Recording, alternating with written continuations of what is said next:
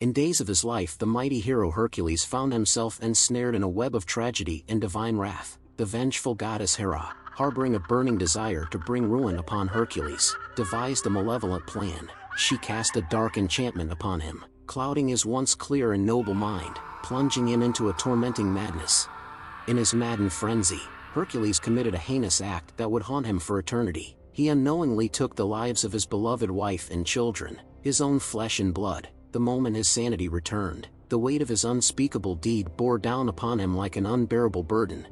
Desperate for guidance and redemption, Hercules beseeched the god Apollo for help. Apollo, the radiant deity of prophecy, guided him to seek the wisdom of the oracle.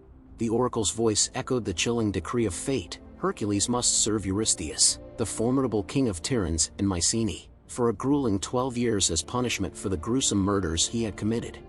And so began Hercules' journey of redemption, a path paved with trials that would test the very limits of mortal strength. These trials were known as the 12 labors, seemingly insurmountable feats that stood as his penance. The first task assigned to Hercules by the wary Eurystheus was to vanquish the Nemean Lion, a fearsome creature born of the monstrous Typhoeus. This lion, unlike any ordinary beast, possessed hide impenetrable by arrows or mortal weapons. Undaunted by the impossibility of his task, Hercules set forth to confront the creature.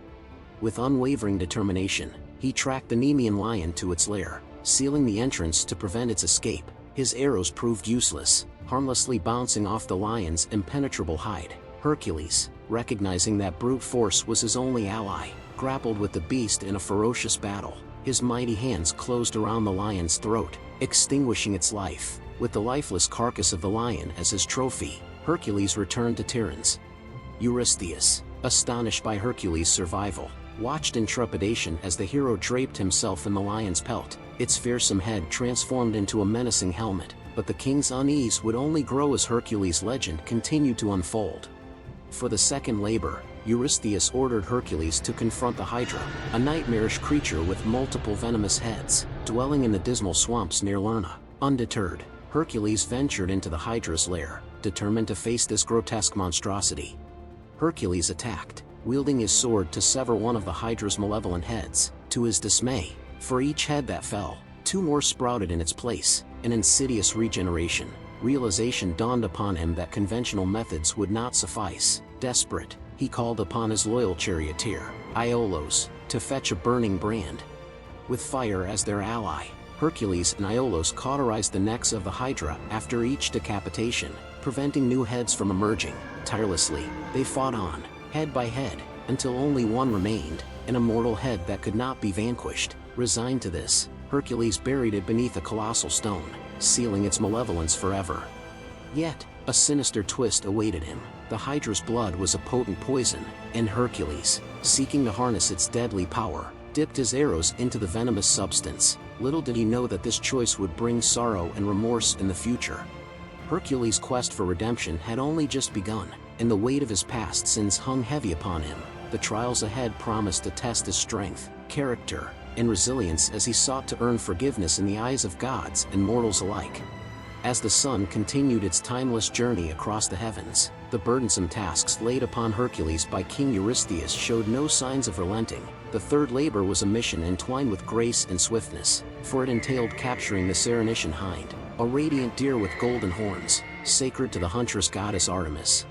Hercules embarked on a year-long quest to chase the elusive creature through the untamed forests of the Peloponnese. This magnificent hind was renowned as the swiftest deer in the world, a true testament to its divine nature. Patiently, Hercules shadowed its every move, a relentless tracker in pursuit of a living symbol of grace.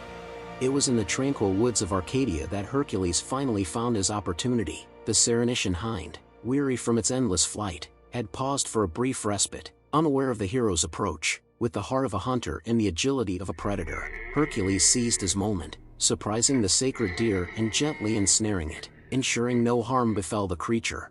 But as fate would have it, his triumph led him to an unexpected encounter. Apollo and Artemis, the twin deities of the hunt, crossed his path during their own pursuit of prey. Artemis, the guardian of the hind, was initially vexed to find her cherished creature in captivity. However, upon hearing Hercules' tale and recognizing his noble intent, she granted him permission to take the deer. with the condition that it would remain unharmed and be released once his task was completed.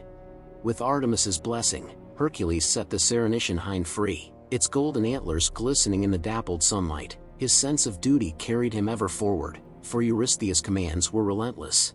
Next on his daunting list of trials was the capture of the Erymanthian Boar, a monstrous beast that had been wreaking havoc upon the fertile lands surrounding Mount Erymanthus. As Hercules ventured towards the wild terrain where the fearsome boar roamed, he had an unexpected encounter with Pholus, a centaur of remarkable manners and courtesy. Pholus, unlike his unruly centaur brethren, extended his hospitality to Hercules, sharing wine from a precious stash. Yet, the scent of this wine reached the noses of other centaurs, notorious for their love of spirits but cursed with an inability to handle their intoxicating effects. Driven to madness, they descended upon Hercules and Pholus, thirsting for the wine. In the chaotic melee that ensued, Pholus inadvertently dropped one of Hercules' poison arrows upon his own foot. The venomous Hydra's toxin surged through his body, inflicting unbearable agony, and soon, Pholus succumbed to a painful death. Hercules pressed on in pursuit of the Erymanthian Boar. With cunning strategy, he herded the rampaging beast into the treacherous embrace of deep snow, trapping it in its tracks. Bound and captured, the boar became the latest addition to Hercules' growing list of feats. Returning to the court of Eurystheus with the ferocious boar in tow, Hercules once again witnessed the king's cowardice. Eurystheus, gripped by fear, hid within a massive storage jar, peering out just enough to confirm the completion of the labor. With each task accomplished, Hercules' legend grew, yet the trials continued to push him to the limits of his endurance. The next labor that lay ahead was a task of filth and muck, one that would test not only his strength but also his cleverness and resourcefulness. Cleansing the Augean Stables in a single day was the challenge that awaited him. He accomplished this by diverting the rivers Alpheus and Peneus through the stables. As the heroic journey of Hercules continued, his valor was put to the test in a relentless succession of tasks. The following labor assigned to him was to clear the skies over Lake Stymphalis of a menacing flock of Stymphalian birds, creatures that fed upon the flesh of men. The marshy shores of Lake Stymphalis had become a haven for these voracious beasts. With his wits as sharp as his mighty muscles, Hercules hatched a plan to rid the land of these foul creatures. To create a cacophony that would send the birds fleeing, he clashed his shields together, unleashing a thunderous clamor that echoed through the valley. The startled birds took flight, their wings slicing through the air. Hercules, a marksman without equal, drew his deadly arrows and picked off the winged predators one by one, sending them plummeting to their demise. The skies were once again safe, and the lake's tranquil waters reflected the triumphant hero's gaze. His next labor led him to the capture of the Cretan Bull, a creature of great power and lineage. This bull, a father to the infamous Minotaur, had been terrorizing the lands around Crete. Hercules skillfully trapped the beast and led it back to Tiryns, where King Eurystheus recoiled at the sight of the fearsome creature. The bull, having served its purpose, was released and roamed northward, ultimately meeting its fate at the hands of the heroic Theseus in the labyrinthine depths of the Minotaur's lair. The eighth labor took Hercules to the land of Thracia, where the ruthless King Diomedes held dominion over man-eating mares gifted to him by the god of war, Ares. In this perilous endeavor, Hercules found an ally in his beloved Abderus. Together, they stealthily infiltrated the stables of Diomedes, seized the deadly mares, and drove them toward the seashore. With Diomedes' enraged henchmen hot on their heels, Hercules entrusted Abderus with the care of the mares and turned to confront the pursuers. In the ensuing battle, he vanquished Diomedes and routed his men, but tragedy struck in the interim. Returning to the mares, Hercules discovered that they had turned upon his dear friend Abderus, tearing him apart. The hero's heart was heavy with grief as he laid Abderus to rest, paying homage to his fallen companion. The mares, though perilous, were subdued once more and corralled onto his ship, bound for Tiryns.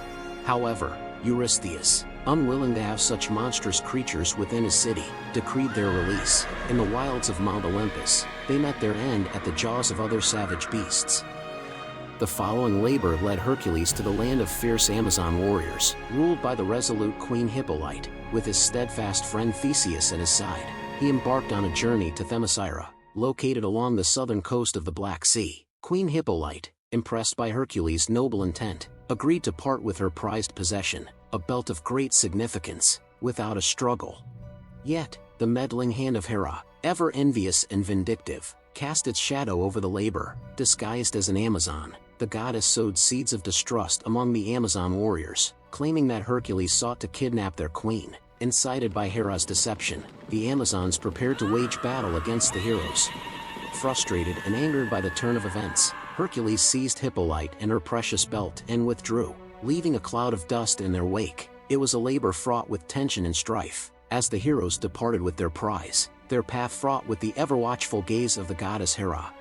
As Hercules neared the end of his monumental trials, he faced a quest to steal the cattle of the formidable Geryon, the king of Erythea. Geryon was a being of monstrous proportions, possessing 3 heads, 3 upper bodies, and an astonishing array of 6 arms and 6 legs. Protecting his precious herd was the 2-headed hound Orthus, a fearsome guardian.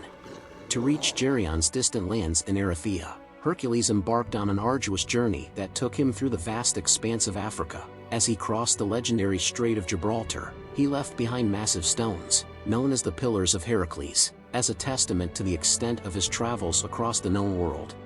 Under the relentless African sun, Hercules, growing annoyed by its unrelenting heat, aimed his bow at the sun itself, as if chastising it for its scorching rays. Helios, the god of the sun, found amusement in the hero's audacity and, as a gesture of goodwill, lent his golden cup to Hercules, transforming it into a makeshift boat that would carry him to Erythea.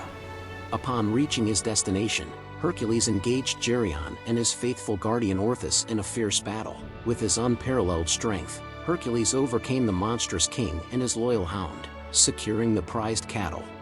Now on the brink of completing his labors, Hercules faced his penultimate challenge, the retrieval of the golden apples of the Hesperides. These sacred fruits grew in a garden tended by the nymphs known as the Hesperides, nestled in Libya near the towering peaks where Atlas bore the weight of the world on his shoulders. During his journey to the garden, Hercules happened upon the perilous Caucasus Mountains, where Prometheus, the chained titan, had long suffered the torment of an eagle gnawing at his liver. In an act of mercy, Hercules slew the tormentor and set Prometheus free. Grateful for his liberation, Prometheus offered Hercules valuable advice on acquiring the coveted apples. He instructed the hero to seek Atlas, the titan who supported the heavens, and ask him to retrieve the apples while Hercules temporarily shouldered the burden of the world. Heeding Prometheus' counsel, Hercules met with Atlas and made a pact. Atlas, eager to be free of his eternal duty, agreed to retrieve the apples but had no intention of returning. As he returned with the precious fruit, Hercules pretended to agree to Atlas's plan, asking the Titan to hold the celestial globe briefly while he fashioned a cushion to ease the weight. Atlas, unknowingly ensnared in his own deceit, took the heavens upon his massive shoulders once more. Hercules seized the golden apples and departed, leaving Atlas to his fate. Returning to Tiryns, Hercules presented the apples to Eurystheus, only to hand them over to Athena, who, in her wisdom, returned them to the Hesperides.